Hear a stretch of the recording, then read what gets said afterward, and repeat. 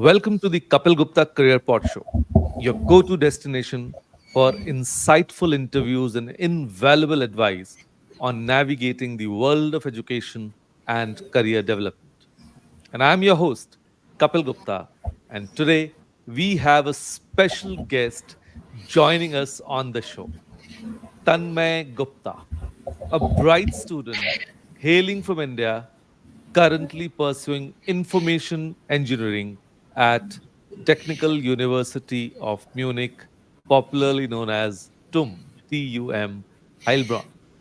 And aspiring study abroad students, get ready to embark on an exciting journey filled with inspiration, tips, and first hand experiences.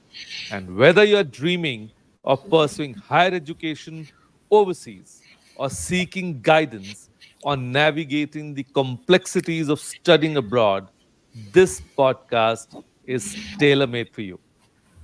Join us as we delve into Tanmay's fascinating journey, uncovering the challenges he faced, the lessons he learned, and the triumphs he celebrated along the way. From choosing the right university to adapting a new culture, Tanmay's insights are sure to resonate with every aspiring student looking to broaden their horizons and pursue academic excellence beyond borders. So, I believe you would love to sit back and relax to listen to this insightful and beautiful podcast.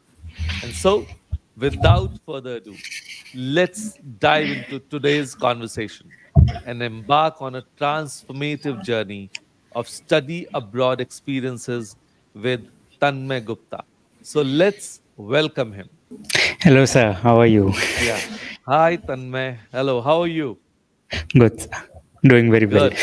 So, I'm looking forward to talking with you, interviewing you, and so that our students who are actually planning to go abroad, they can give first hand information, and of course that can help them in their preparation, right? So Yep. how are you feeling? A bit nervous, I'd say, honestly, but yeah, let's go for it. Let's Okay, dive into the okay. journey today. So, without wasting any more time, let me ask you the very first and the basic one, and I'm sure all our audience or listeners will be looking forward to it. That I want you to share your journey of preparing for studying abroad, and particularly your decision making process and the steps you took to apply to TUM Heilbronn. Okay, so as you just told viewers that I'm a student in information engineering. So first of all, what is my degree? It's basically 60% of computer science engineering. That's pretty general. Then it's 20% electrical engineering, and 20% is the management criteria of it. And you know that because it's computer science engineering, and okay, that's very normal that I come from PCM that we have in India. So my journey starts like every other Indian in like 11th or 12th. I was studying for my JEE preparation just to go to IIT. In my 12th, I could say unfortunately I couldn't pass the criteria to be admitted into an IIT. But after my 12th examinations, basically because I was the COVID batch, I couldn't give my final exams, and then also like I had pretty much breaks in my career at that point. So I thought, look, hey, not India. And we all know like how private colleges are there in India. Like we think that, okay, we are going to give them 25, 30 lakhs. And after that, there's no way, literally, the degrees of no use. So I thought that, okay, let's go to some other country then. Is it possible? And because I also took career advice from you, you were there that, okay, why not you go to Germany?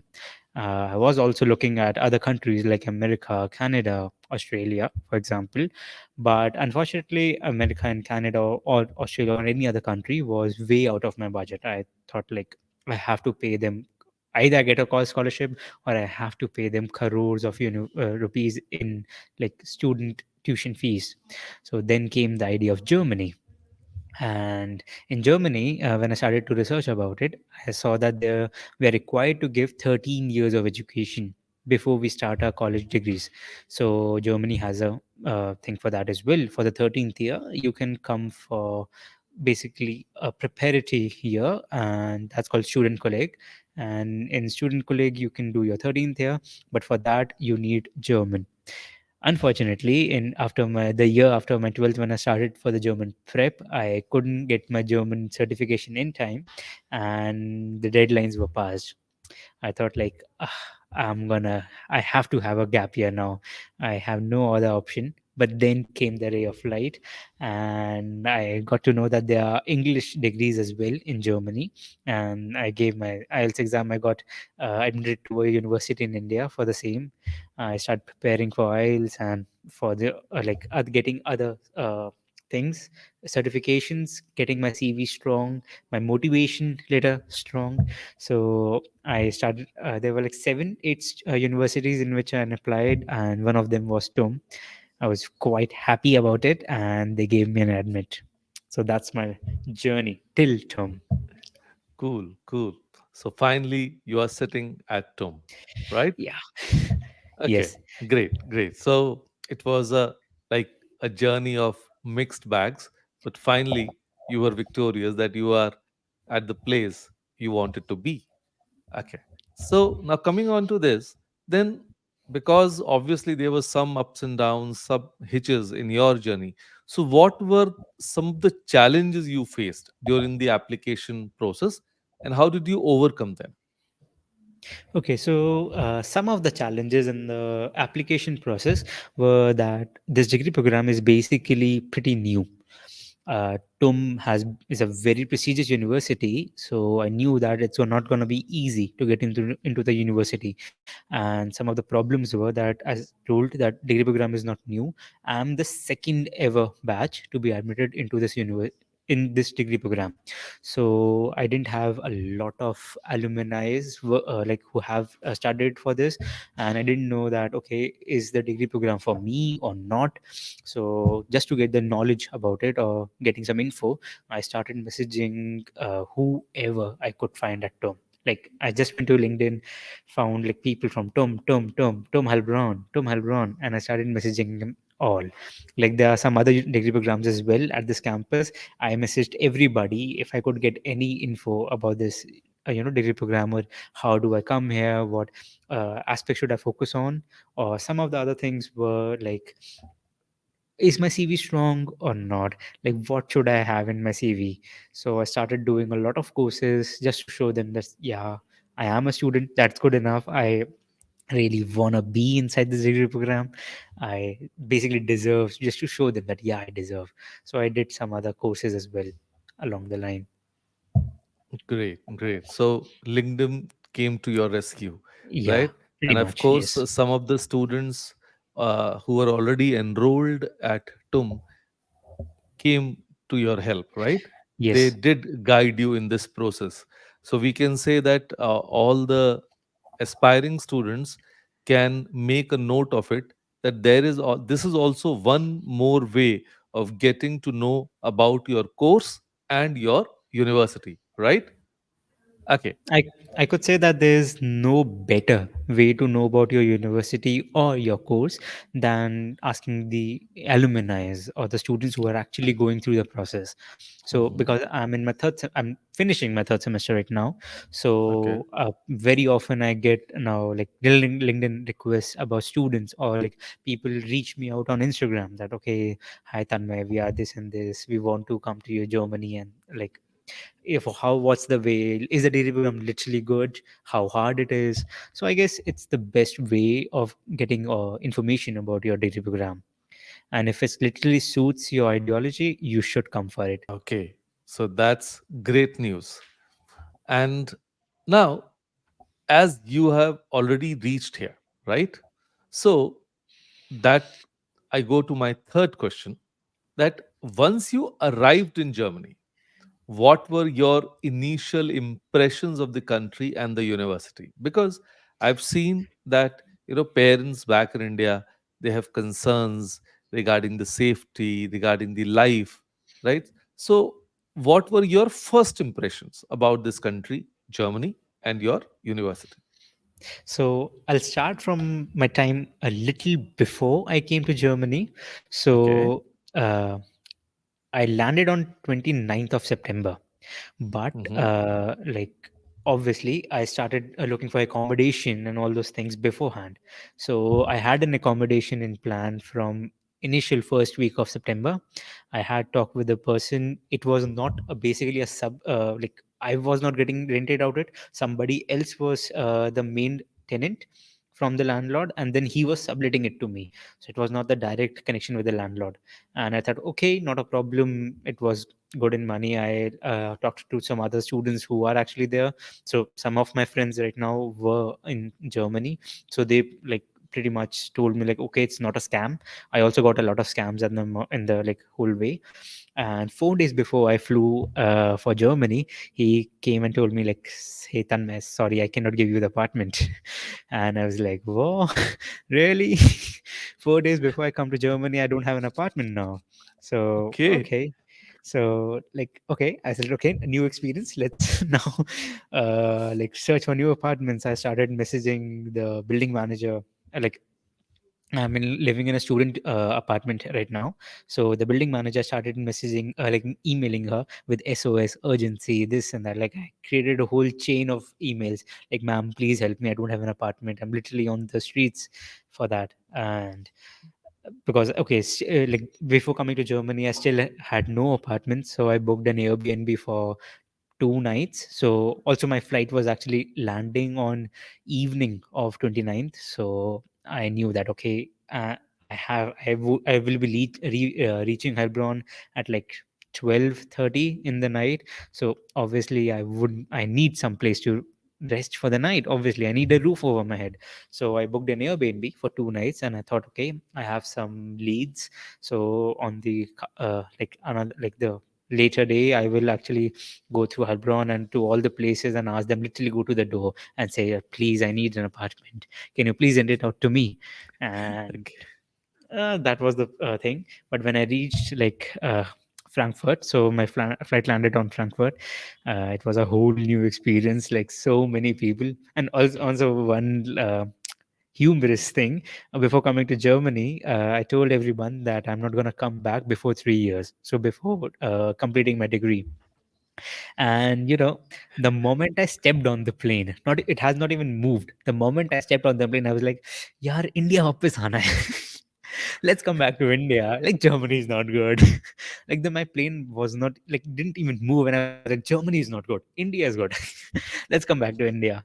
And okay, obviously that was not the good thoughts to be have. And I reached Frankfurt, a whole new experience, seeing so many people, and like yeah, let's okay. I got my baggage and all those stuff. I had like 69 kilos were the allowed limit of it, 69 plus 7.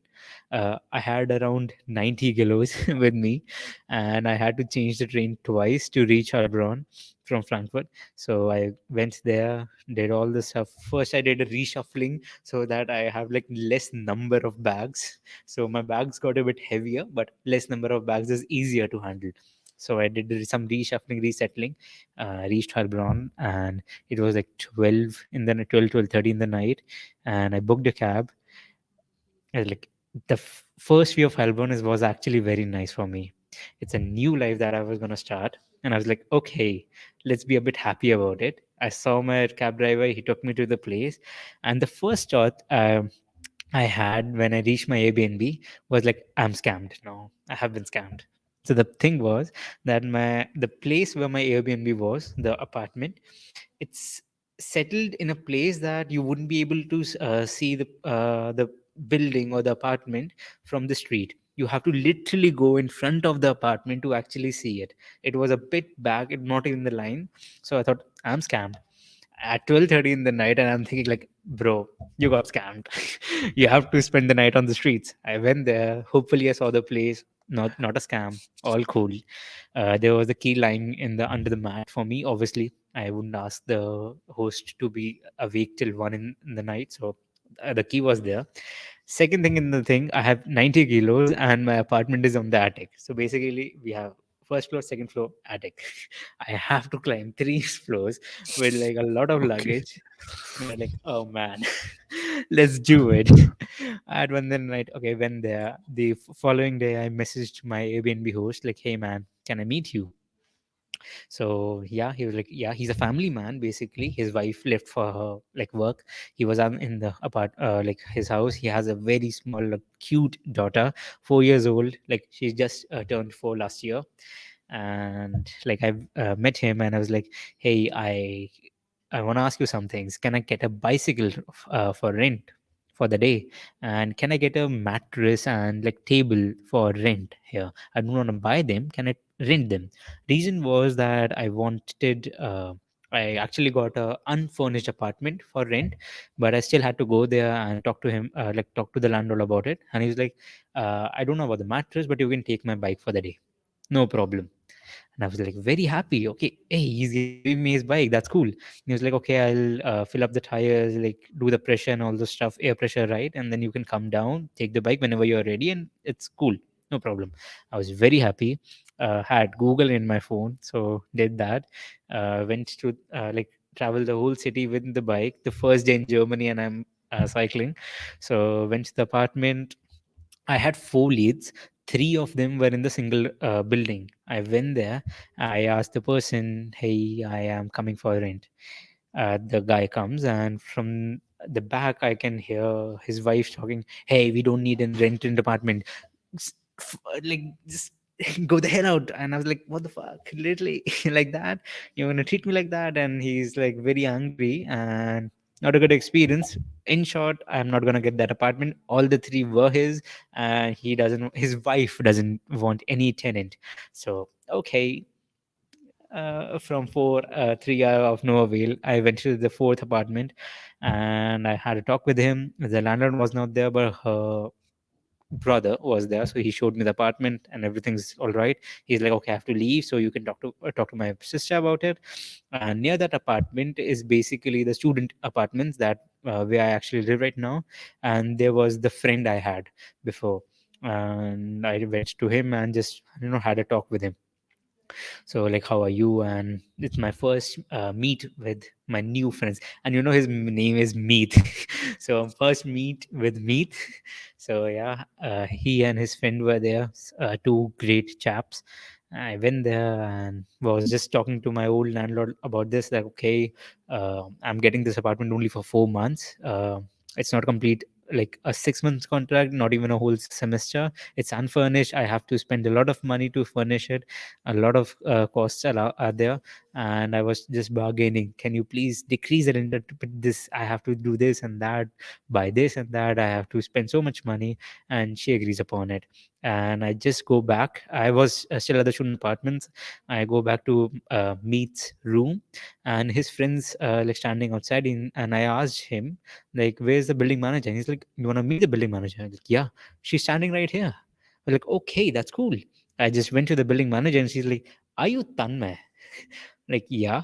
Oh, I mailed you at 10 in the morning. You have an apartment right now. It was at noon, 12. So, like, really, you have mailed me. And I saw, like, I was traveling the whole day, so I couldn't check my mail. But she mailed me that morning that, okay, we just got a cancellation. If you want, the apartment's yours. It's the day is October. No, the day is 30th September. So 29th, I arrived in Germany. The day is 30th, and on the mail it's written that you can get the apartment on 4th October, not before that. But because I'm in front of her on 30th September, she's like, "Why don't you get the apartment on 1st of October? You get the key and everything's today, right now. If you do everything, you'll get the key right now." So to my luck, I get the key before 4th. On 1st of October, I was inside my apartment. But okay, now she basically gives me the key. We do all the due diligence and everything. I go to my room. It's a four sharing apartment on third floor. And I was like, okay, still I have to carry my luggage to third floor. Okay, no problem. I'll go there. So I went there. The apartment, the room is a mess. It looks so bad. Like literally, it was very, very bad. And I was like, okay, I have to do a cleanup before I literally move in. So it was like, okay, I talked to Meet about where can I buy these and these stuff. So went there, and on the way, my bike got punctured. First day in Germany, and my bike's punctured. But went through that and skimmed through all of the stuff. And that's my first experience in Germany, the first day. Okay, okay. So that was real, real. A Uh, roller coaster. yeah, right. I believe that luck was on your side, right? And your Airbnb host was very generous, very kind, because lending his things to a total stranger was really, very nice of him. And then, of course, uh, you were lucky to get the student apartment because that lady you just mentioned, right? She was really kind enough to help you out in your times of distress. So I would say that your, can we say, the first impression that you can make of Germany, that people were really kind to you, Yeah. right? And they were supporting you even though you were meeting them for the very first time, right? Cool. So, but now, see, we can say that the life back in India and in Germany is totally different, right? Yeah. There are huge differences, and many people who have not gone abroad, whatever the impressions they have is all from hearsay, right? So, if I ask you, how did you adjust to that life in a foreign land? Because both academically, because the education system is different, the style of teaching is different, and of course culturally, because Hmm. culturally is also, it's quite different from ours. Yeah. So how did you go about doing that?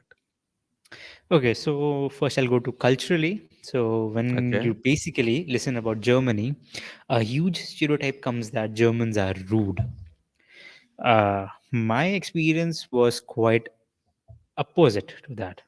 It wasn't that when I reached Germany, as I told, I had 90 kilos, like more than 90 kilos of stuff with me, and I had to change. I had to travel through train with all the stuff. Throughout the way, whoever I could find, like German, non-German, I also found a person from a British, basically a German, non-German. Thomas, basically my Airbnb host, he's a German. My building manager, she's a German. All these guys were very, very sweet to me. Nobody has been rude. I've been here since more than 1.5 years. In the whole 1.5 years, I could only find once there a person was who was rude or like not good with me. I wouldn't say rude, but yeah, not to my liking. Other than that, everybody has been very You nice. had that experience when you by mistake went on to autobahn, and Oh yeah, there you got a help from the authorities, also from that yeah, lady also who helped you. yeah, Can you yeah. just because that is the experience we would love So to hear, because how people behave with strangers there. So one thing about German autobahns, autobahn is basically the highways. One thing about German autobahns, there's no speed limit.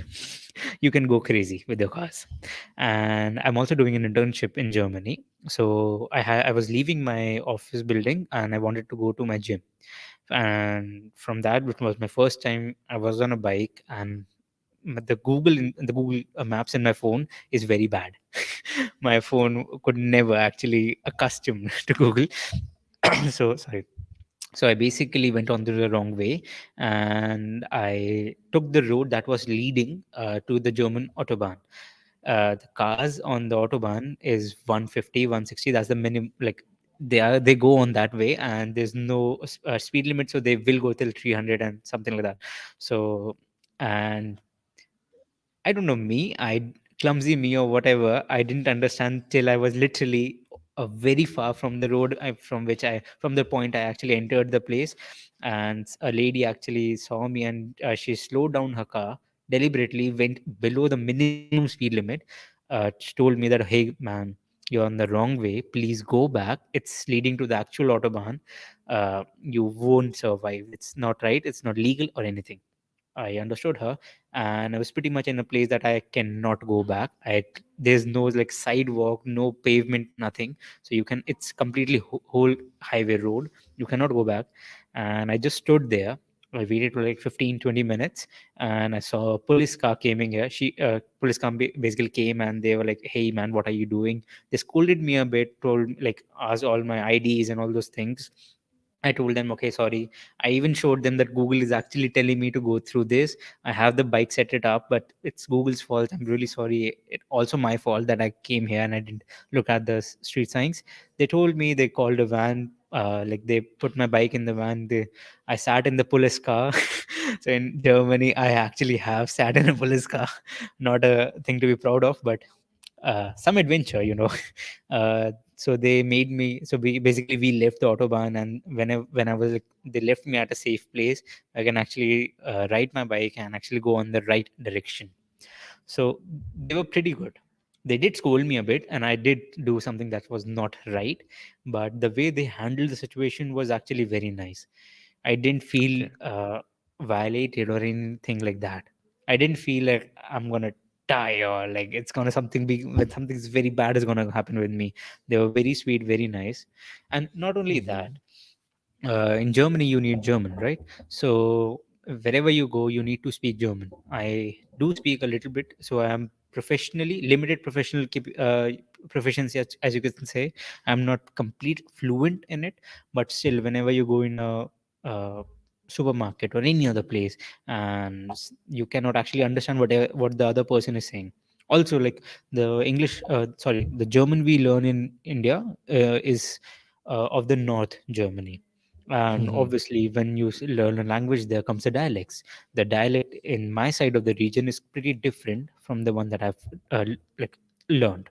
So Okay. the initial time in Germany was pretty hard for me to understand the German. In India I was Hmm. easily, but here the dialect has changed. Also in my internship I have the problem, but people were very helpful to me when they understood that, okay, this guy is not able to understand. He can speak, but he's not able to understand. So they like do it a little bit slowly.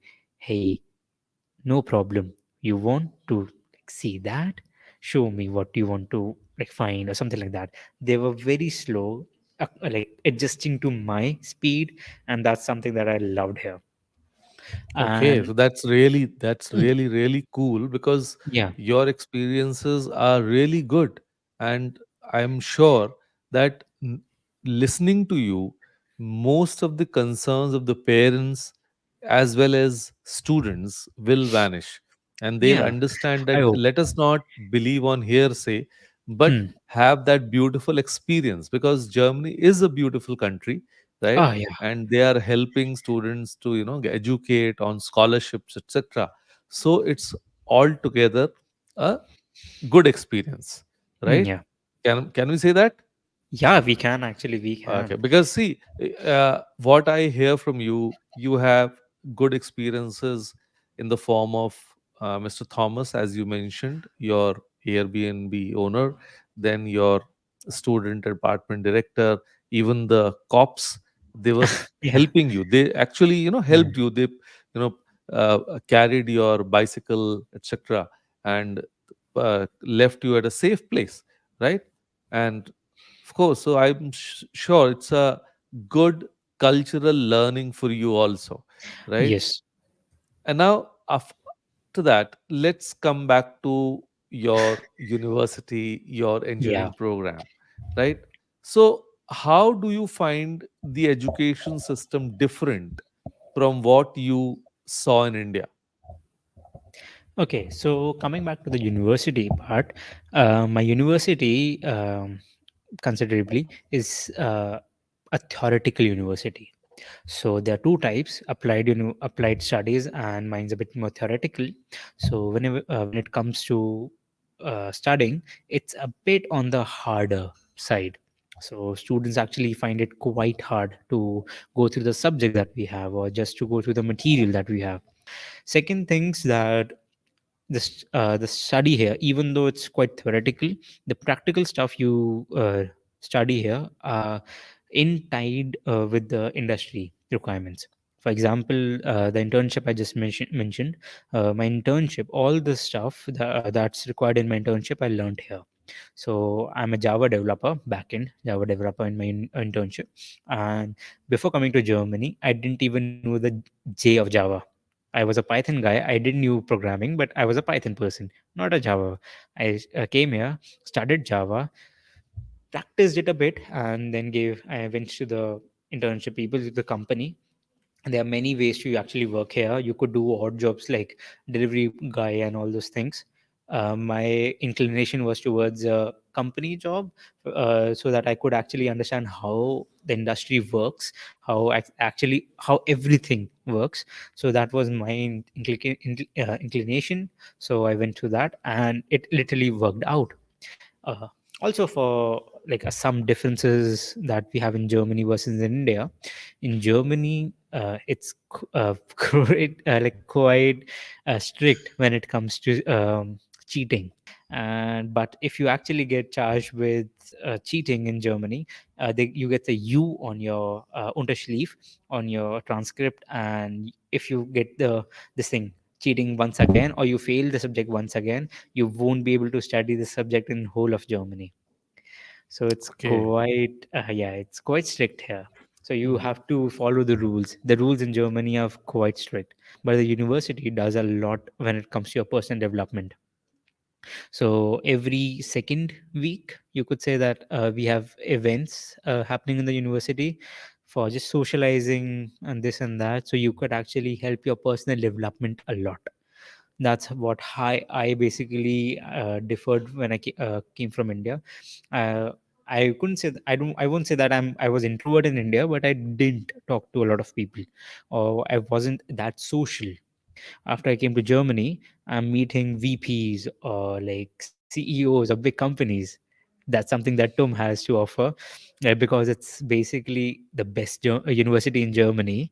So you could say that the opportunities that they offer you are world class. I literally, so they just one story. In the second semester, I took a subject, and it was like in the like afternoon, you could say. The subject was there, and it was a 3 hour long lecture. So we knew, okay, there is probably going to be a break after like 1 hour, 1.5 hours, break of 20 minutes, something like that, just to straighten your back, have some drinks and all the stuff. So I was just with my friend. I was there outside the university building. I was just walking, getting some steps done.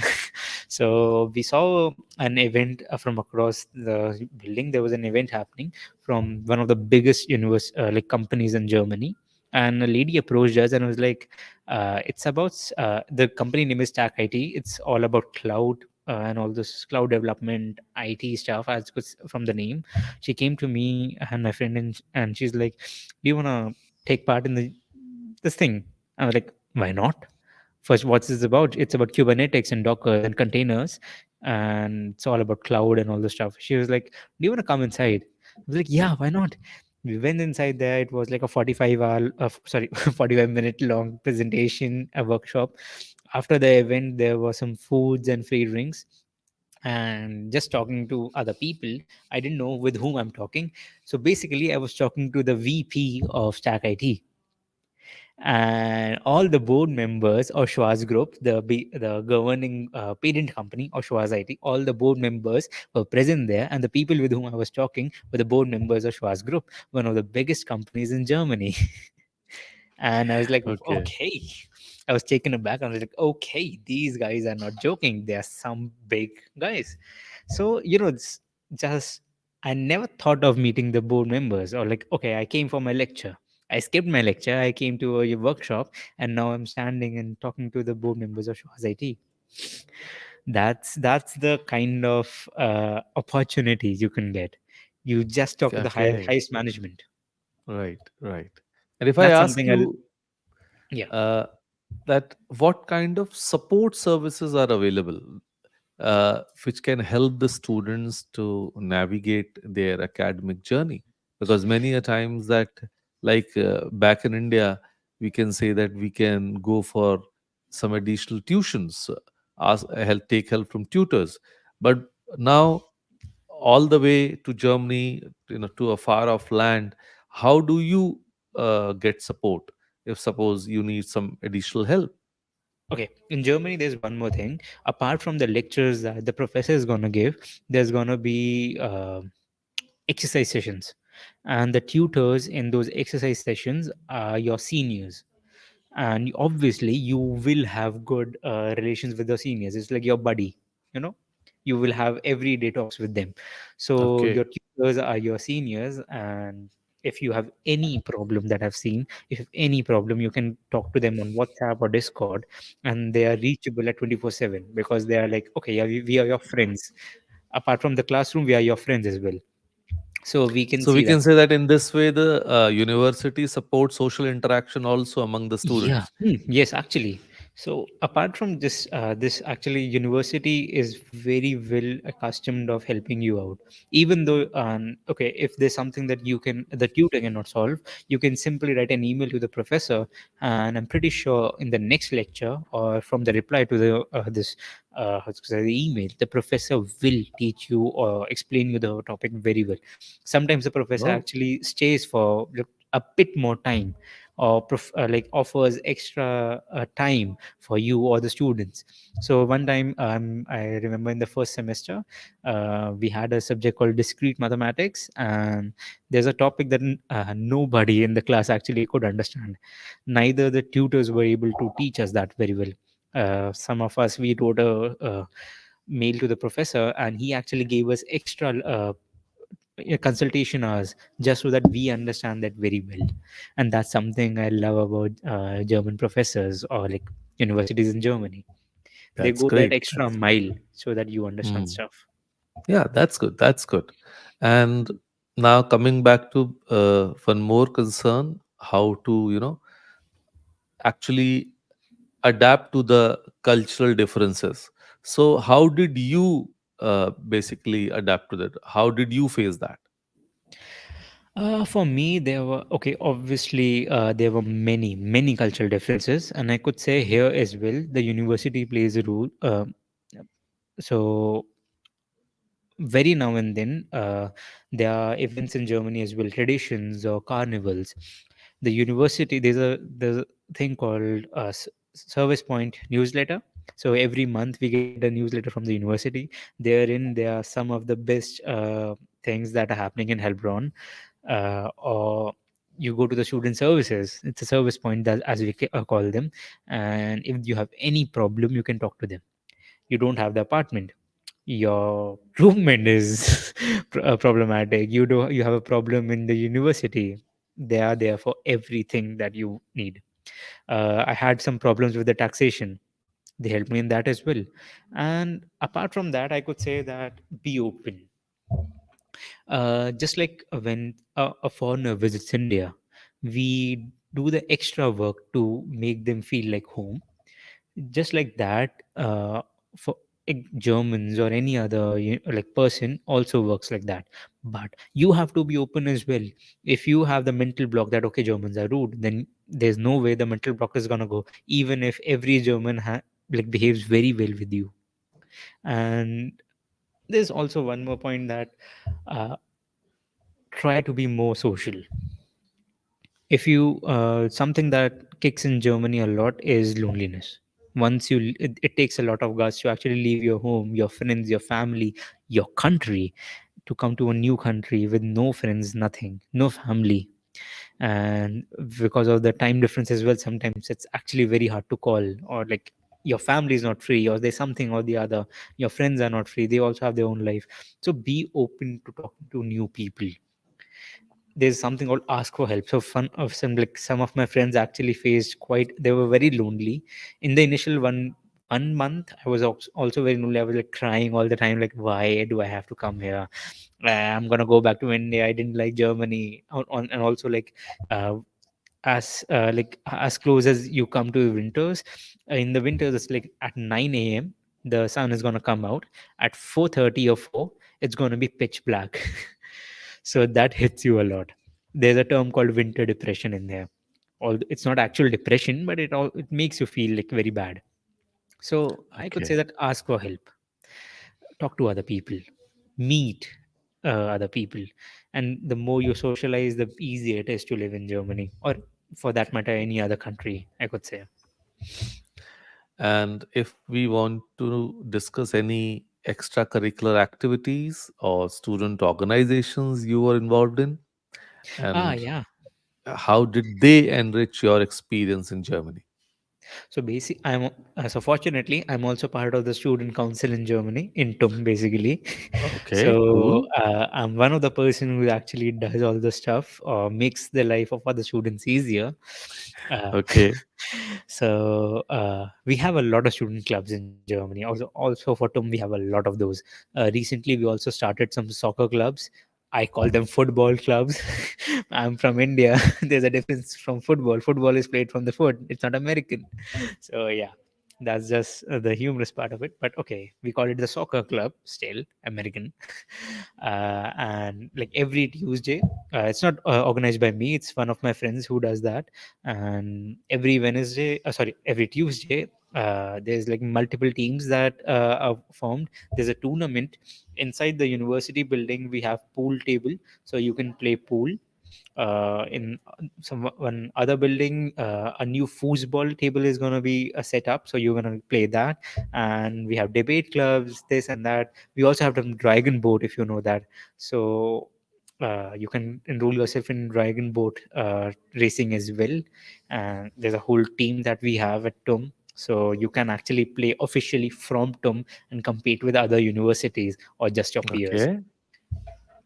And okay, Mm, some other things, feel good activities in Heilbronn. There are many, honestly. Ice hockey, or like, ice skating. We have polo. In India, I used to do shooting range, like the shooting you have. We also have that, but although you have to travel a bit because that's a bit outside the city, so you have to travel a bit, but you can go for that as well, bowling and all the stuff. So for extracurricular activities, there are plenty of them. Like you just name it and we have that. and would you like to tell us something about Heilbronn, the city itself? Oh yeah, so basically, as it said, it's the city of wine.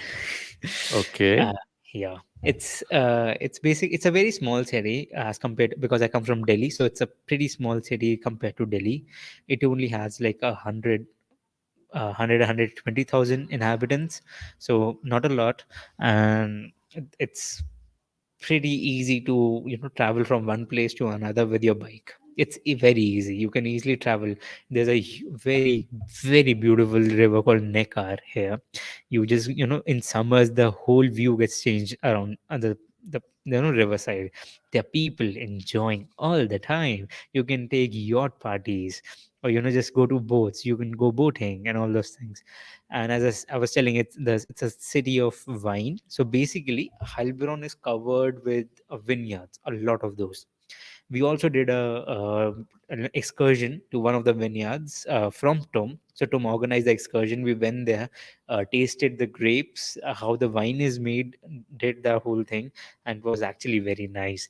So one thing, like whenever I go to India, I actually take a bottle of wine with me, just to show them, okay, this is wine. And also Thomas is Heilbronner, as we say, from Heilbronn. So it's Heilbronner. So he also teaches me a lot about it. It's a pretty good city. so okay, so Thomas family is a family at home there, right? I So it's literally a call them my second family, actually. yeah, the second family, and Hmm. I believe the much of the credit goes to him and his Hmm. family Yeah. that Yeah. you are having a happy time in Germany, right? And you look a happy student also. So now, Yeah. if we look back, what advice would you give to Indian students who are considering study abroad, and particularly at TUM Heilbronn? Okay. So my advice to Indian students coming outside India, like coming abroad or to Melbourne. So my first thing that even I faced was everybody studies a lot. They only focuses only on the marks. Marks are not the only thing that you need. Character building is very important. So, okay, Germany is the place. Okay, TUM Heilbronn, I could say TUM uh, offers a lot of the opportunities of meeting new people, socializing. Or like I just told you, met the highest management of a very big company in Germany. So if you're gonna talk to them, you know how you actually have to behave. If you're gonna be around here, you actually have to know how to dress properly, how to talk properly, how to behave, just to in a cut short manner, you have to groom yourself very well. And Hmm. that is how Right. I could say that that's what Tom actually taught me a lot. Along with my studies, along with my academic part, I've changed a lot in my personality part. I wouldn't say that I wasn't an extrovert or like I wasn't that social in India, but still, after coming to Germany, the way I have started talking to other people has changed in a very huge manner. And I could say that okay, if you do some of the stuff, if you do that in India, it's going to be easy for you, and the whole process is to make it easier for you. And yeah, other than that, I could say okay, TUM is a very hard university to go through. Yeah, you are in the best university of Germany, it's not going to be easy. Yeah, that's pretty Right. much Right. be said. Very true. Yeah. So my only thing would be like, if you know what you're going to study, if you have this name of the subject, study a little bit beforehand. Like the Java thing Right. that I had in the first semester, like really anybody is able to score good or like even pass the subject, because from one week to another it like shoots like a J curve. That is like difficulty like, goes like this, and it's pretty much normal with every other degree program as well. And there's nothing bad about it. It's just that you are in on a such high scale, you have to be like that. If you are in IIT, what do you think, like it's going to be easy? No. So that's one thing that I took like took a learning after I came here. Okay. So Okay. yeah, prepare well, I could So, say, and groom mhm, well. yeah, right, right. And I'm sure you feel lucky, you know, and very empowered to be studying in such a beautiful and such a great university, right? Yeah. And that brings us to the end of another enriching episode of the Kapeel Gupta Career Pod Show. And I hope you found today's conversation with Tanmay Gupta both enlightening and inspiring. And thank you, Tanmay, for being here, for sharing such valuable information with us. And I'm sure our audience, our listeners will be able to, take note of it. And many of their concerns would have been, resolved by this. And I'll definitely request if anybody has any questions, please do write them in the comments. And both of us uh, will be, you know, very welcoming them and answering them in due course. So thank you, Tanmay, for being here. Thank you. Thank you, sir. So, as you embark on your own study abroad journey, remember that every challenge is an opportunity for growth, and every setback is a stepping stone towards success. And whether you are preparing for entrance exams, crafting your application essays, or simply dreaming of studying abroad, remember to stay focused, stay motivated, and never lose sight of your goals. With dedication, perseverance, and the right support system, you can overcome any obstacle and turn your study abroad dreams into reality. And as always, I encourage you to keep exploring, keep learning, and keep striving for excellence in everything you do. And remember, the Kapil Gupta Career Pod Show is here to support you every step of the way. So until next time, this is Kapil Gupta signing off. Stay curious, stay ambitious, and never stop pursuing your dreams. Goodbye for now.